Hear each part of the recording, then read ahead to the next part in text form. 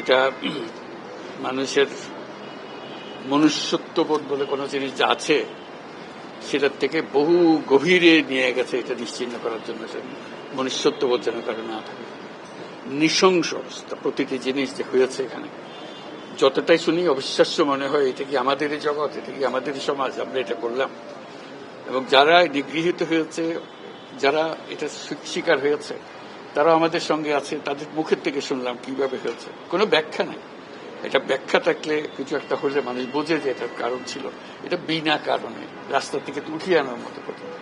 বিনা দোষে কতগুলো সাক্ষী সাবুত হাজির করে সেই যন্ত্র, ওই এক্সপ্লোসিভ কতগুলো গাড়ির ভিতরে ঢুকিয়ে দিয়ে তারা বলছে তুমি সন্ত্রাসী, জঙ্গি, এইগুলো বলে বলে তাকে নিয়ে আসা হয়েছে।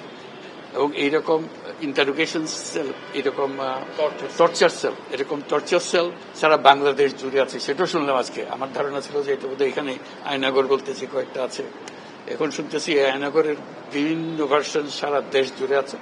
কেউ বলছে 700, কেউ বলে 800। এতে সংখ্যাও নিরূপণ করা যায়নি পর্যন্ত। কতটা আছে, কতটা জানা আছে, কতটা অজানা রয়ে গেছে সেই জিনিসগুলো।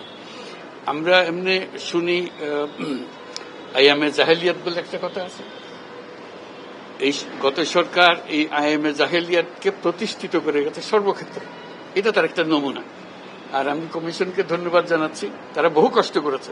অন্যান্য কমিশন তো তারা করেছে, অন্তত তারা নিজেদের ঘরে বসে করতে পেরেছে। এদেরকে গুম কমিশনের যেটা, তারা কোদাল আর এগুলো আবিষ্কার করার জন্য আসতে হয়েছে, তাদেরকে বের করার জন্য। কিসের মধ্যে লুকিয়েছিল, কারা কি করেছে, এখনো ধ্বংসাবশেষ আমরা দেখতেছি। কাজে আমরা দেশের যে চূড়ান্ত অবনতি, চূড়ান্ত রূপ দেখলাম সর্বক্ষেত্রে, এটা তার একটা প্রতিচ্ছবি। কাজে গুম কমিশন যেটা আমাদের সামনে নিয়ে আসলো, সেটা হলো যে কি পরিমাণে একটা দেশকে সর্বদিকে ধ্বংস করা যায়, এমনকি মানুষের একেবারে সামান্যতম যে মানবিক অধিকার সেটুকু থেকে বঞ্চিত করে রেখে দেওয়া হয়েছে। আজকে এটা জাতির জন্য একটা বড় চূড়ান্ত রকমের একটা ডকুমেন্ট হবে। আপনাদের সাক্ষী রেখে আপনাদেরকে নিয়ে এসে আমরা শরিক হলাম এটাতে। যারা এই ভুক্তভোগী তাদের সঙ্গে কথা বললাম, কয়েকজনের সঙ্গে। ভুক্তভোগীদের সংখ্যা আমার জানার মতো 1700 প্লাস, 1750 প্লাস এরকম যারা ভুক্তভোগী। অজানা কত এটা তো আমরা আর জানি না। কেউ বলে যে এটা 3000-এরও বেশি হবে। কাজে সেটাও আমরা ধরে নিলাম যে একটা সীমারেখা দরকার, যেটা আমরা অজানা, এটা কেউ প্রমাণ দিতে পারেনি।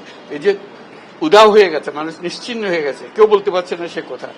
তার মেয়ে আপনাদের সামনেই ছিল আজকে, যে বলছে আমার মাকে কোথায় নিয়ে যাওয়া হয়েছে। আজ 9 বছর ধরে, 9 বছর ধরে আমরা আর খোঁজ পাইনি। সে নিজেও ছিল, 11 বছর বয়সে ছিল, সে মায়ের সঙ্গে ছিল, তাকে রেখে মাকে নিয়ে চলে গেছে। এই হলো সামান্য একটা দৃশ্য। এই দৃশ্য বড় করুণ দৃশ্য। এবং এটার কঠিনতম যে লেসনটা হলো, যারা করেছে তারা আমাদেরই সন্তান, আমাদেরই ভাই, আমাদেরই ঘনিষ্ঠ আত্মীয়, তারাই করেছে। এবং আমরা এই সমাজকে যদি এর থেকে বের করে না আনতে পারি, তাহলে এই সমাজ তো টিকে থাকবে না। যে এইভাবে যদি আমাদের হয়, আমাদের সন্তানরাই যদি এগুলো করে, এবং তারা যদি এইরকম কাজ করতে পারে, যে মানুষের পক্ষে যেটা সম্ভব। একজন বলছিল ওই যে খুপড়ির মধ্যে তাকে রাখা হয়েছে, গ্রামে তো মুরগির খাঁচা এর চাইতে বড় হয়। এরকম অবস্থা, মুরগিও নড়াচড়ার যেরকম জায়গা পায় না, ওরও নড়াচড়ার কোনো জায়গা নেই। ওকে ব্যবস্থা রাখা হয়েছে, মাসের পর মাস, বছরের পর বছর তাকে ব্যবস্থা রাখা হয়েছে। এটা মানুষের সামনে এখন বিচার রইল, কিভাবে আমরা আবার নতুন করে সমাজ গড়তে পারি, যাতে করে আমরা এই যে এটা আমাদের সবারই অপরাধ, যেটা হতে দিয়েছি আমরা দেশে। আজকে আমরা মুক্ত হলাম, সে মুক্ত বাংলাদেশে আমরা যেন নতুন করে আবার সমাজ গড়তে পারি। এটার থেকে একেবারে অতি দূরে যেন আমরা চলে যেতে পারি। এটার নমুনা, এটার সাক্ষী, এটার যে ডকুমেন্টেশন গুম কমিশনের রিপোর্টের মধ্যে থাকবে, এবং এটা অবশ্য পাঠ্য হিসেবে সবাইকে পড়তে হবে, এবং তাদের যারা করেছে তাদের বিচার করতে হবে। তা না হলে আমরা নিষ্কৃতি পাবো না এটার থেকে। এই যে কাজগুলো করে গেল তারা, তা না হলে আমরা আবার মুক্তভাবে বলবো কি করে যে আমরা এই দেশের মানুষ, আমরা পরিষ্কার। যারা করেছে তাদের জন্য আমরা কেন মুক্ত হতে যাব?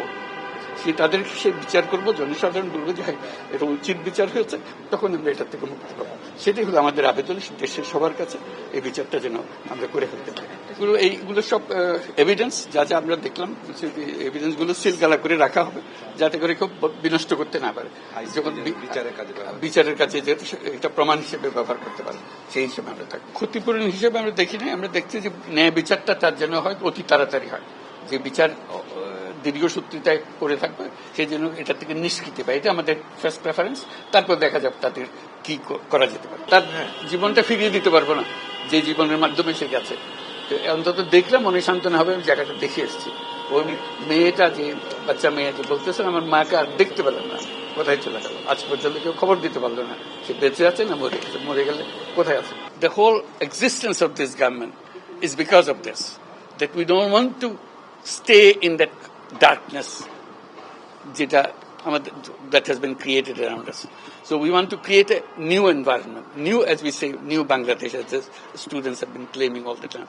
So that led to the reform commissions. One of them is this disappearance commission, which led us to see this thing. If we didn't have that commission, probably it will be just a storytelling. Nobody will believe, somebody will say yes, somebody will say no. Now they have concrete proof, and now they will go to the justice. So this is one step. And then what happens to the rest of the institutions? You are dealing with something that have done. Will this be repeated in future? That's something we have to make sure that it's not repeated in future. No way. Nowhere near it. This is the worst ever in the whole world possible. So we don't want to have anything to do with it. We'll be as normal as any civilized human being could be. So that's our commitment. That's what the reform commissions are all about.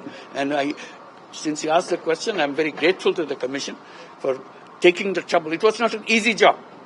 They had to fight in all directions to discover. This is a whole discovery mission. It's not as simple going and taking evidences and writing reports about it. So they had to really detectives in very serious way. And they're still worrying about whether we can keep the evidences as they are after all this thing happened. So this is our commitment. We want to create that society and that world for us.